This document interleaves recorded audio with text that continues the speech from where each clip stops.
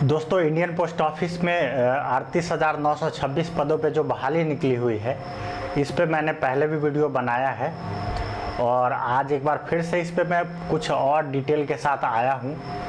क्योंकि जैसा कि आपको मैंने पहले बताया था कि ये मैट्रिक लेवल पे ये वैकेंसी है और इसमें कोई एग्ज़ाम भी नहीं है और ये आपके लोकल क्षेत्रों में ही आपकी भर्ती होगी।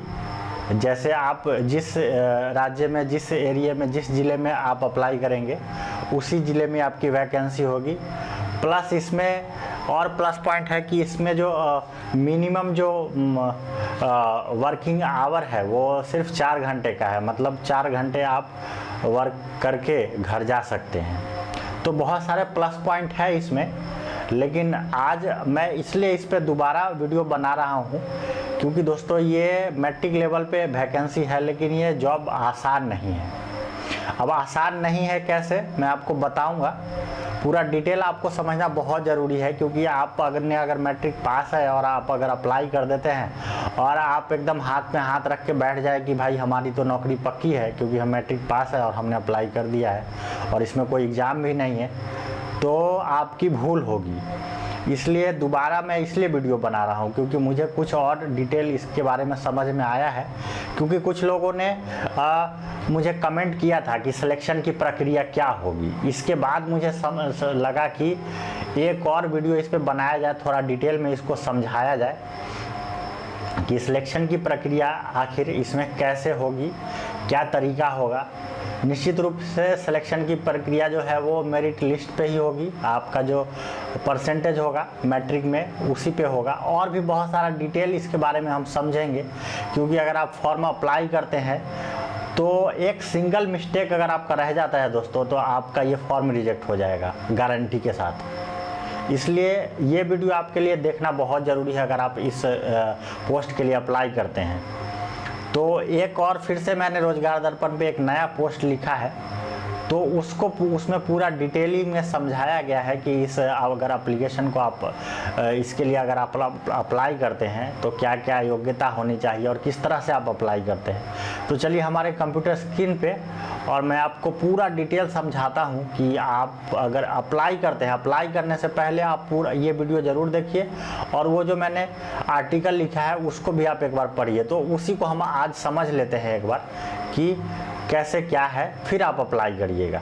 गूगल में हम यहाँ पे टाइप कर लेते हैं रोजगार दर्पण। रोजगार दर्पण का ये वेबसाइट है, इस पर क्लिक करते हैं और रोजगार दर्पण पे दोस्तों यहाँ पे आपको लेटेस्ट न्यूज़ मिल जाता है जॉब से रिलेटेड और स्वरोजगार से रिलेटेड, और गवर्नमेंट का कोई स्कीम होता है तो उससे रिलेटेड भी आपको लेटेस्ट इंफॉर्मेशन यहाँ पे सब कुछ मिल जाता है रोजगार दर्पण पे। ठीक है, तो चलिए अभी हम देखते हैं कि जो ग्रामीण डेस्क सेवक के लिए जो वैकेंसी है तो उसमें बहुत सारे इंस्ट्रक्शन है जो कि आपको जानना बहुत ज़रूरी है अगर आप इसके लिए अप्लाई करते हैं, क्योंकि ये नौकरी इतनी आसानी से नहीं ली जा सकती है। जैसा कि आप जानते हैं कि इसमें कोई एग्ज़ाम नहीं है, मैट्रिक लेवल पे इसकी भर्ती होने वाली है, एज लिमिट भी बहुत ज़्यादा है और उसके बाद रिलैक्सेशन भी अच्छा खासा है, 10-10 साल 15-15 साल भी किसी कैटेगरी में है। तो इतना आसान नहीं है, लेकिन बहुत सारी जानकारी अगर इसके बारे में हो जाती है, प्रॉपर जानकारी हो जाती है, तो ये जॉब आसानी से लिया भी जा सकता है। तो चलिए हम इस लिंक पे क्लिक करते हैं, इंडियन पोस्ट GDS ग्रामीण डेस्क सेवक रिक्रूटमेंट 2022 इम्पोर्टेंट इंस्ट्रक्शन जो है, इस पे हम जैसे ही क्लिक करेंगे तो दोस्तों यहाँ पे हम आ जाते हैं और सबसे पहला जो यहाँ पे हमको दिख रहा है ये है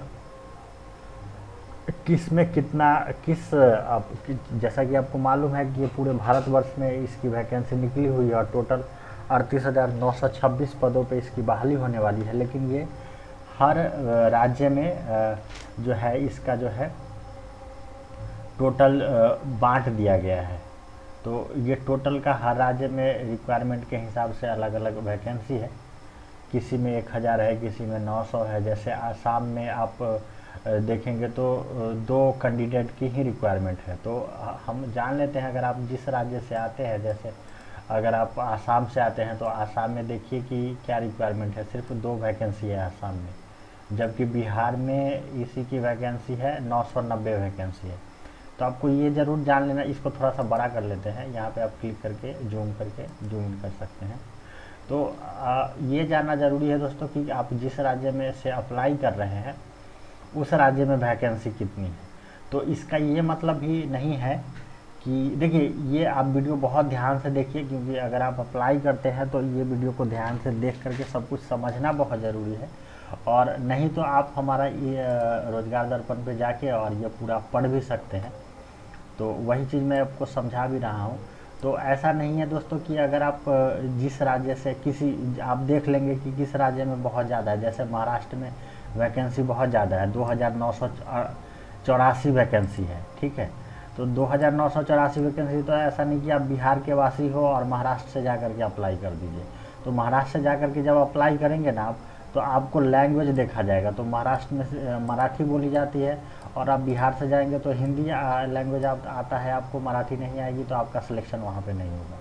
तो आपको ये ध्यान में रखना है कि आप जिस राज्य से भर रहे हैं उस राज्य का जो रिलेवेंट लैंग्वेज है वो आपको आना ज़रूरी है।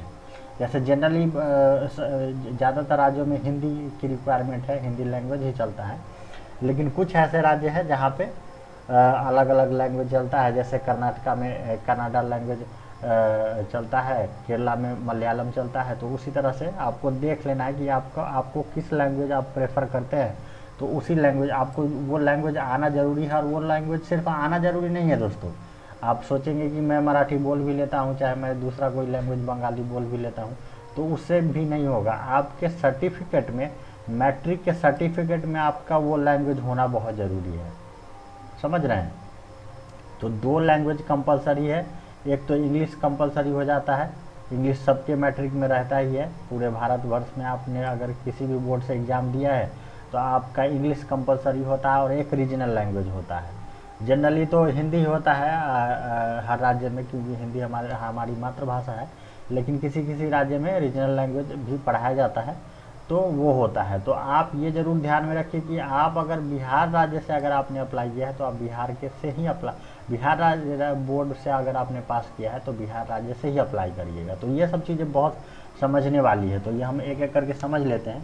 तो अभी हम देख रहे हैं कि सीट की बात अगर करते हैं तो हम बिहार को ही लेके चलते हैं। तो बिहार में जो है वो लैंग्वेज हिंदी चलेगा, ठीक है। जबकि आसाम में देखिए हिंदी और इंग्लिश दोनों में से कोई एक तो चाहिए यहाँ पे, ठीक है। और एक तो इंग्लिश कंपलसरी है, ऐसा नहीं कि हिंदी इंग्लिश चाहिए, हिंदी या इंग्लिश और एक इंग्लिश भी रहना चाहिए वहाँ पे। क्योंकि हिंदी इंग्लिश जो है वो हमारी सेकेंडरी लैंग्वेज हो जाती है पूरे भारतवर्ष के लिए। अगर बिहार की बात करें तो आपको हिंदी लैंग्वेज चाहिए और 464 कैंडिडेट की वैकेंसी यहाँ पे लिखी है। तो उसी तरह से अगर आप ओबीसी में आते हैं तो 247 कैंडिडेट की वैकेंसी। और टोटल बिहार में जो वैकेंसी है, तो आप कैटेगरी भी यहाँ पे देख लें कि किस कैटेगरी में आप आते हैं और किस कैटेगरी में कितनी वैकेंसी है। और सिर्फ इतना नहीं, इतना अब आप वीडियो के अंत में मैं आपको एक बहुत मज़ेदार चीज़ दिखाऊंगा और अभी ही मैं बता दूंगा कि आपका सिलेक्शन हो पाएगा कि नहीं, क्योंकि ये सिलेक्शन इतना आसान नहीं है। और आप खुद अपना निष्कर्ष निकाल सकते हैं कि आपका सिलेक्शन हो पाएगा कि नहीं इसमें 2022 वाले जो ग्रामीण डाक सेवक का वैकेंसी निकला है। तो आप वीडियो को ज़रूर ध्यान से देखिएगा और बहुत ही इंपॉर्टेंट वीडियो है। ऐसा नहीं हो कि आप अप्लाई कर दें और आश्वस्त हो जाए कि अरे 4 महीने बाद तो हमारी नौकरी लग ही जाएगी। तो बहुत ज़रूरी है कि आप इसको ध्यान से देखें और अप्लाई करने से पहले आप पूरा समझ लें कि आप कितने पानी में हैं और कितना आपके पास मतलब सारा कुछ है, प्रॉपर तरीके का डॉक्यूमेंट है, ताकि आपका सिलेक्शन आसानी से हो जाए। तो हम समझ रहे हैं कि यहाँ पे जो है टोटल वैकेंसी जो है बिहार में 990 है। और आप दूसरा कैटेगरी अपना देख लीजिए, ओबीसी में अगर आते हैं तो 247 आपके पास सीट है, तो आप इसी में आएंगे।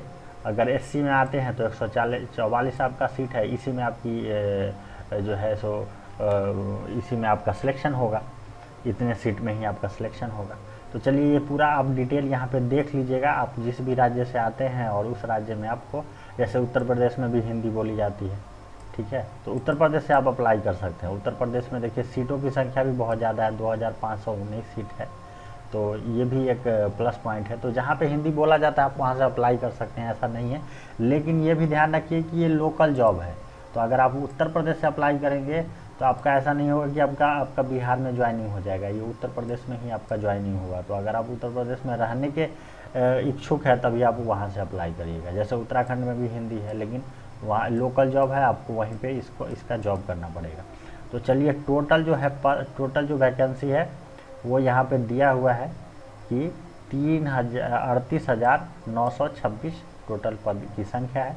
चलिए अब नीचे हम आते हैं, ये समझ गए हम आप किस राज्य से आते हैं और कौन सा लैंग्वेज है और किस कैटेगरी में आते हैं, तभी आप यहाँ पे थोड़ा सा समझ बूझ लीजिएगा अपने हिसाब से। दूसरा हम आते हैं अब इंस्ट्रक्शन की बात करते हैं, क्योंकि ये बहुत इंपॉर्टेंट है और ये 1-2 इंस्ट्रक्शन नहीं है। देखिए ये कितना लंबा इंस्ट्रक्शन है, 3-4 पेज का इंस्ट्रक्शन है। तो हम इसको ज़रा सा समझ लेते हैं कि Indian post office GDS registration instruction, आप रजिस्ट्रेशन जब करेंगे तो उसका इंस्ट्रक्शन क्या है थोड़ा सा समझ लीजिए। It should be noted that candidate are requested to ensure their eligibility before registration in portal. ठीक है भाई, यहाँ पे हम देख लेते हैं कि हम अगर रजिस्ट्रेशन कराना चाहते हैं तो ये सारा कुछ आपका रिक्वायरमेंट फुल होना चाहिए।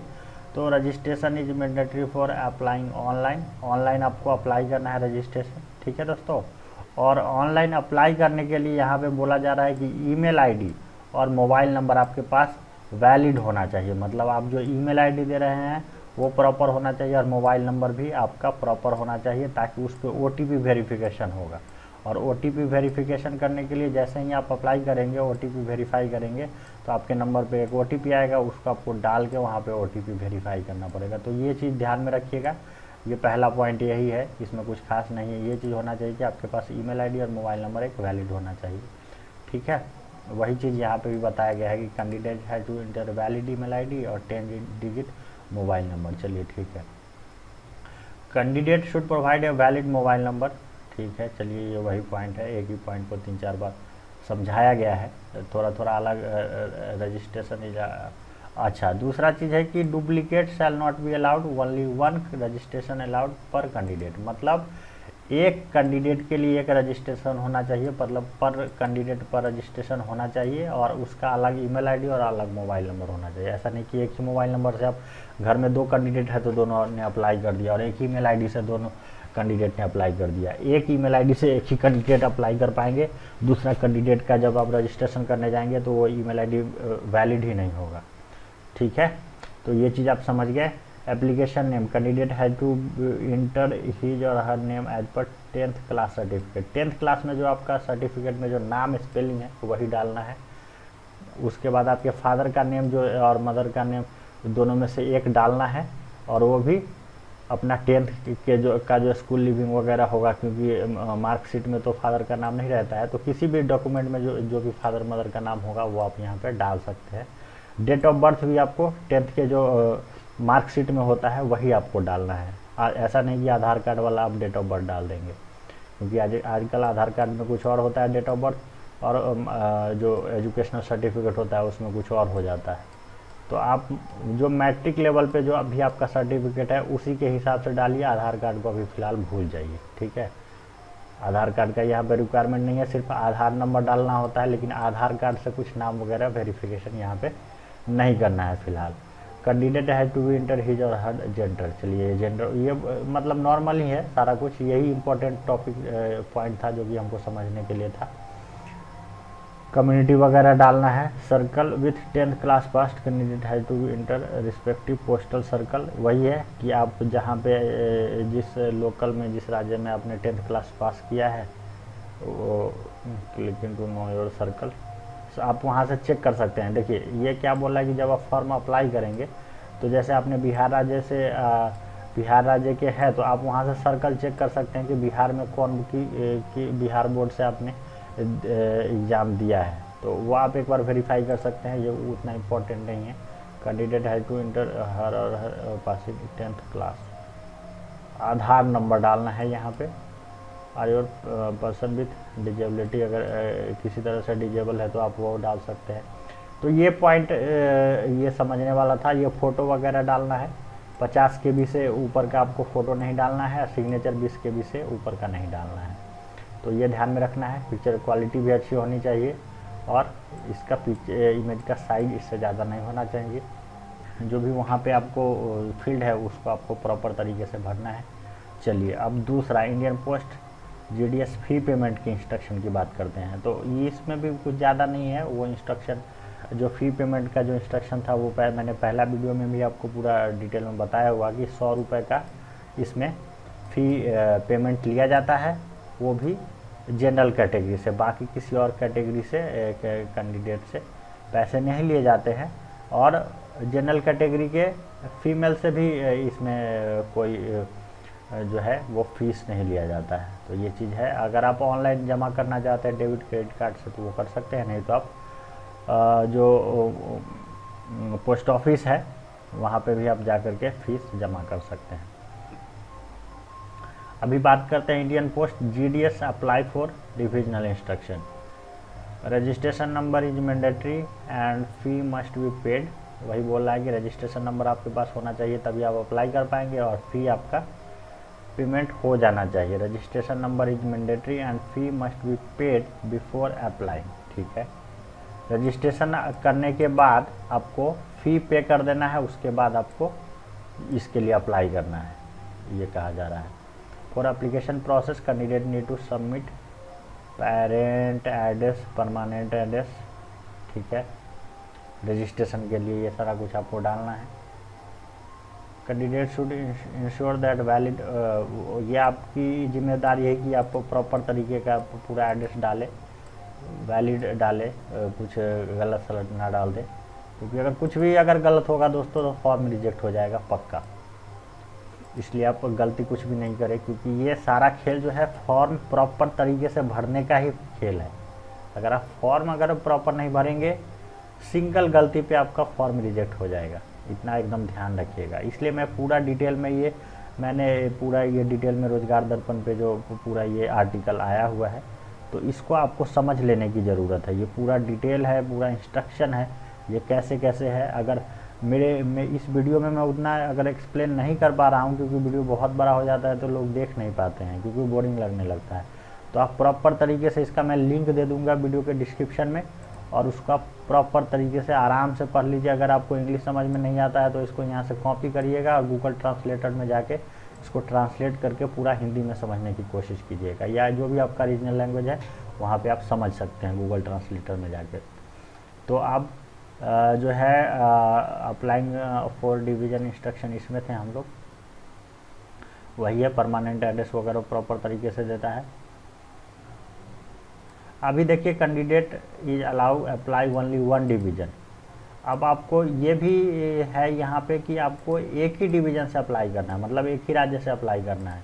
ऐसा भी नहीं है कि आप बिहार से भी अप्लाई कर दीजिए जा कर के, उत्तर प्रदेश से भी। आप बिहार की वासी है तो आपने बिहार में अप्लाई कर दिया और देखा कि उत्तर प्रदेश में भी हिंदी लैंग्वेज बोला जाता है, हिंदी लैंग्वेज की रिक्वायरमेंट है, तो हम उत्तर प्रदेश से भी अप्लाई कर देते हैं, किसी और राज्य में भी हो जाएगा। ये सब पहले होता था, इसमें नहीं होगा। किसी और जॉब में होता था, टीचर वगैरह में पहले होता था कि 2-2 जगह से लोग अप्लाई करते थे, 3-3 जगह से। तो वो सब यहाँ पे नहीं होता है, सिर्फ आपको एक डिवीज़न से अप्लाई करना है। तो ये भी ध्यान रखिएगा। इस तरह का कुछ भी आप अगर गलती करते हैं तो आपका फॉर्म रिजेक्ट हो जाएगा, तो इतना ध्यान रखिएगा। Candidate need to exercise preference through before submitting the application. Preference display based on the eligibility like age, community, person. अभी जब आप फॉर्म सबमिट पूरा भर देंगे तो एक बार आप पूरा डिटेल में इसको देख लीजिएगा, कहाँ पे क्या आपने डाला है, कुछ गलत वगैरह है तो पैक करके आप एडिट भी कर सकते हैं।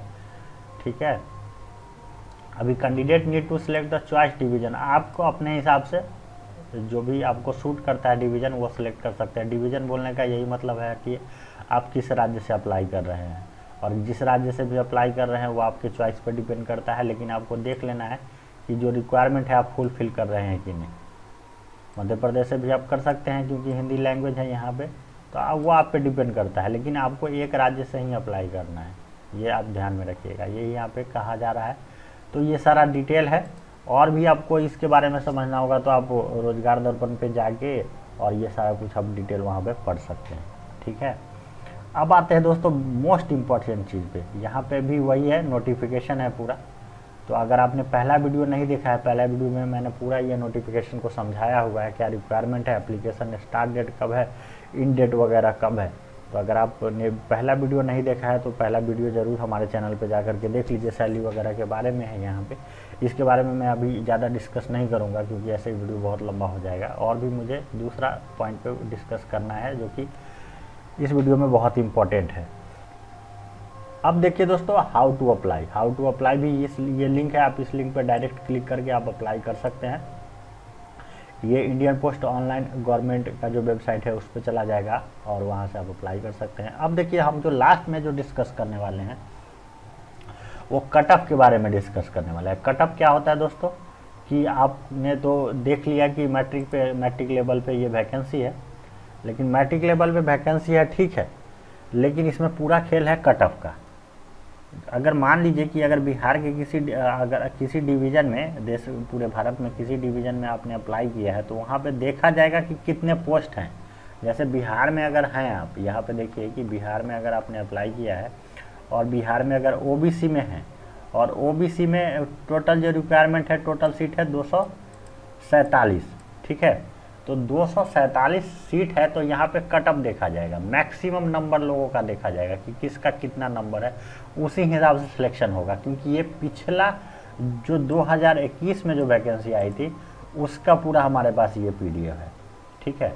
और इसमें देखिए लोगों का कैसे सिलेक्शन हुआ था। जैसे अभी मान लीजिए कि बेगूसराय ज़िले की बात अगर करते हैं हम, तो बेगूसराय ज़िला ये देखिए, तो बेगूसराय के बछवाड़ा में यहाँ पे जो है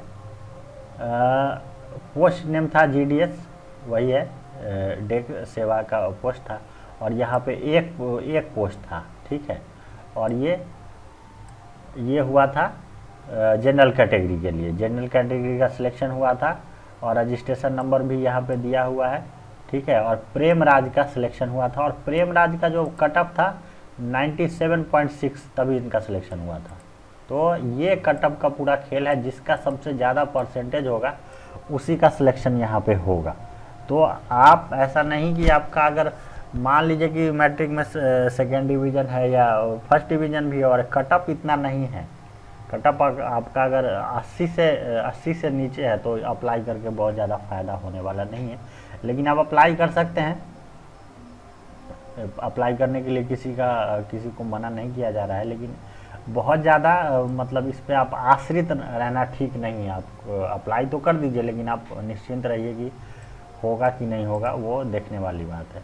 तो ये चीज़ हम डिस्कस करना चाह रहे थे कि पूरा खेल है ये कट ऑफ का, ये पहले का जो सिलेक्शन हुआ है। तो चलिए अभी दूसरे ज़िला का भी देख लेते हैं। ये सारा वैशाली, ये भागलपुर का था, ये बेगूसराय का ही है, ये भागलपुर का है। तो मान लीजिए कि भागलपुर में अगर हम बात करते हैं तो भागलपुर में देखिए कि यहाँ पे कट ऑफ देखिए 96, मतलब 90 से अबव वाले का सिलेक्शन हो रहा है दोस्तों। 90 से नीचे वाले का कुछ गुंजाइश यहाँ पे नहीं है, क्योंकि बड़े बड़े जो हैं धाकर लोग बैठे हैं जो कट ऑफ लेके बैठे हुए हैं, अच्छा खासा परसेंटेज लेके। तो 90 से ऊपर वाले का कहीं पे आपको दिख नहीं रहा है, तो ये ध्यान में रखिएगा 95। तो दोस्तों यही मैं आपको समझाना चाह रहा था कि अंधेरे में रहने से कुछ ज़्यादा फ़ायदा नहीं है। वैकेंसी तो है, वैकेंसी आई है, अच्छी खासी वैकेंसी आई है, लेकिन पूरा खेल कट ऑफ का है। और इससे पहले भी वैकेंसी आई है और इससे पहले जो वैकेंसी आई है उसमें लोगों का जो सिलेक्शन हुआ है वो आपके सामने है। 90 से नीचे का किसी का यहाँ पे कोई गुंजाइश हमको दिख नहीं रहा है। तो अप्लाई कर दीजिए, अप्लाई करने में कुछ फ़र्क नहीं पड़ता है। अगर आपका 90 से अबव अगर परसेंटेज है तो आप आराम से निश्चिंत होकर अप्लाई कीजिए। लेकिन ये हम यही देख रहे हैं, हर ज़िले का हम जा रहे हैं यहाँ पे नीचे। ये आप भी देख सकते हैं, ये हमारे वेबसाइट पे चले जाइएगा रोज़गार दर्पण पे, और ये पीडीएफ चाहे तो आप डाउनलोड भी कर लीजिएगा, नहीं तो आप यहाँ पे ऐसे करके स्क्रॉल करके देख भी सकते हैं, या आप डाउनलोड करके भी पूरा डिटेल पूरा समझ सकते हैं। तो ये पूरा डिटेल जो है इंडियन पोस्ट जीडीएस ग्रामीण डेक सेवक का पूरा डिटेल है। मतलब ये अगर आप पूरा समझ जाते हैं तो आप आसानी से फॉर्म के लिए अप्लाई कर सकते हैं, और मतलब आपको कुछ इसमें शंका नहीं रह जाएगा। तो आप अप्लाई कीजिए, लेकिन ये चीज़ आप देख लीजिए, पूरा कटअप हमने डाल दिया है। हमारा मतलब यही रहता है कि हम जो है चीज़ों को आपके सामने रख दे, ताकि आपको जो है सो फ्यूचर में कोई परेशानी नहीं हो। तो बहुत बहुत शुक्रिया। फ़िलहाल इस वीडियो को यहीं पे ख़त्म करते हैं। और भी इससे रिलेटेड कोई जानकारी चाहिए तो हमें कमेंट बॉक्स में कमेंट ज़रूर कर दीजिएगा। धन्यवाद।